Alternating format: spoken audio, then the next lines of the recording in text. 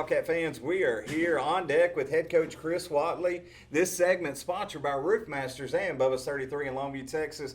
Coach, how are you today? Doing great. Got a special guest with us. Coach Mitchell going to help us out in the interview here. Man, we are right now on the point where we've got a game left in the season, in the district. We're in first place. Still don't have it sewed up. Got to handle our business to sew it up. But let's start with the big win last Friday night against White House. Yeah, that was an exciting game, wasn't it? Yes. I mean, I thought our guys going into that game, they were in a really good mindset. I mean, obviously, Blake has been special all year, and I mean, he didn't disappoint again. And I mean, he struck out 10, walked 1, and we had some timely hits. And they came up, and you could feel the energy that night. Yeah. And not only the energy, but the approaches from the batters. I mean, the White House was throwing a very good pitcher, and they were kind of just in a little bit on every at bat of coming up there. Had some good 2-out hits. Yeah. Defensively, a lot of good things. Then you take it over into the Marshall game, senior night. No, there was a lot of emotions there. How do you keep them on a level keel after a big game like that against White House to come out and play Marshall? Right, and you know, our message after the White House game was if we don't take care of Marshall, then the game against White House doesn't mean anything. So I mean, we did a great job taking care of business in White House, which, you know, we played some really good games on that field. Yeah. But if we have a hiccup or if we don't come out and treat Marshall and Pine Tree like White House, then those games mean nothing. And we're just trying to put ourselves in the best possible position, which we have done. So we're getting a trophy at the end of the day. We just need to make sure that 1 seed's by our name. So it helps that you played a rival after that game too. Yeah, because if you're playing, a Mount Pleasant or John Tyler or someone like that, then there could be a letdown. But I think it helped that y'all were playing a Marshall and now a Pine Tree next. That as Guy would say, those are rivals. Yeah. And as you would say, they're not rivals because they don't beat us. They can't beat us. There's no rivalry when they can't beat you. What last night also showed up, a lot of people don't know, Hallsville beat Marshall in football. They beat them both games in basketball, and you just beat them both games in baseball and swept them on the men's big that's awesome. Against Marshall. It's pretty big achievement. Coach, what's it like, and why he's here? I'll go ahead and ask you this too. Many years coaching with him. Yeah. Now you're the man in the spot. Do you feel, pressure? Do you go to Coach Mitchell? Tell me about how that relationship is now that you're the head man. No, our relationship's been great. I still talk to him almost every day.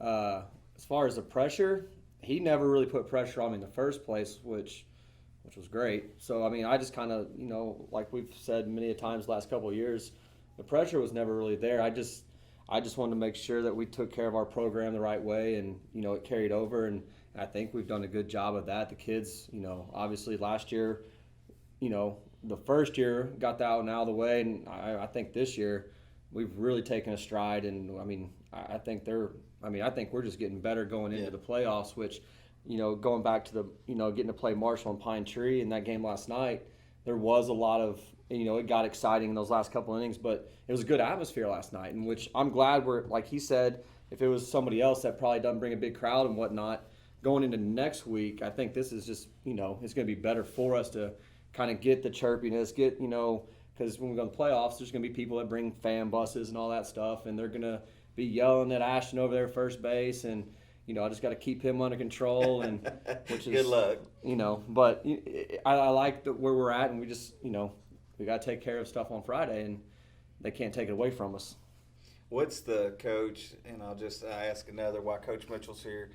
What's the biggest thing you learned from Coach Mitchell all those years coaching with him? I know that's a big question. So the biggest thing that I didn't know about was all the stuff that was behind the scenes. Not necessarily the X's and O's and the lineups and all that, because, we did that a lot together, but just all the stuff that came, all the paperwork and the umpires and just all of that stuff. Well, even relationships. There was a lot more that, I knew about it, but I didn't know about it, you know what I mean? So, right. But just the way he went about it every day, it was, you didn't really know that there was a lot going on. It's because, one, if you know the guy, he's the most organized person that you're ever going to be around. So I really tried to take some of that from him as far as the organization. Just, I want to be on top of all of our stuff. I mean, obviously I want to take care of the baseball team, but going back to having good other coaches on our staff, they can take care of a lot of that, and I can take care of the paperwork stuff and make sure, right now is a busy time because, playoff shirts and locations and talking to, senior night. There's just now the moms did a phenomenal job on setting that up. It was I thought they knocked that out, and I really had nothing to do with it. And I told them I didn't really want anything to do with it because I was really trying to focus on Marshall, but they did. Those moms, they took that and ran with it, and I thought it turned out really good last night for them. And I know the boys really appreciated you. You two guys introducing them. I thought that was really good. So thank y'all for that. That's an important part of the whole program is your assistant coaches, because those are the guys that they're in the trenches with you, and when you trust them and you turn over things to them and they develop those relationships with the kids, and everyone's on the same page, it just makes your job so much easier. And I know Chris has a great staff, and they've continued a tradition that has been built long before I even got here, but he has a great staff. Coach, you're a game away from playoffs. Mm-hmm. Right now, you're in the 1 seed. Last night, you had teams in the stands scouting you, ready. What are you doing to prepare for the playoffs? Are you right now just saying, hey, I want to sew up that district championship? It's important to get the 1 seed. Yes. It really is, because they can't force you to flip a one-gamer, which, honestly, if somebody want to flip us for one game, I think we have enough ammo to go at them, but I think our team is built for a series, and getting the 1 seed, it prevents that. So whoever we play, if we can get the 1 seed, which it would be Huntsville. Huntsville has locked up the 4 seed in the other districts, which we know them well. We know them well. We played them. This will be, we take care of business. This will be the 3rd year in a row to get after them. But really just get our guys going because the 1 seed's important. And then hopefully, and another reason, obviously I want to take care of Friday so I can go watch those Lady Cats on Saturday. Right. Make sure. You got a young team. I mean, you've got a lot of first-year varsity players, and they've stepped up. They've seen what it's like to play in a big game. Mm-hmm. Moving into the playoffs is kind of a different animal because now it's a win or go home situation. That's right. And what are you telling your older kids? How do you direct them into helping the younger kids? The playoff atmosphere is a whole different season. Yeah. And we have some kids. Your Landons and your Sawyers. They've been around. Ethan. They've been part of this for the last 4 years, and they understand it.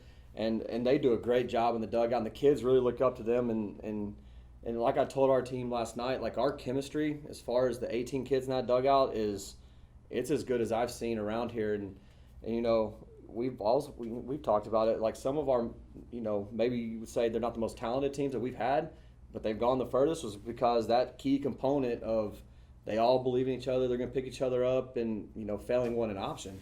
Like it didn't matter who was in the other dugout, they weren't getting beat that day.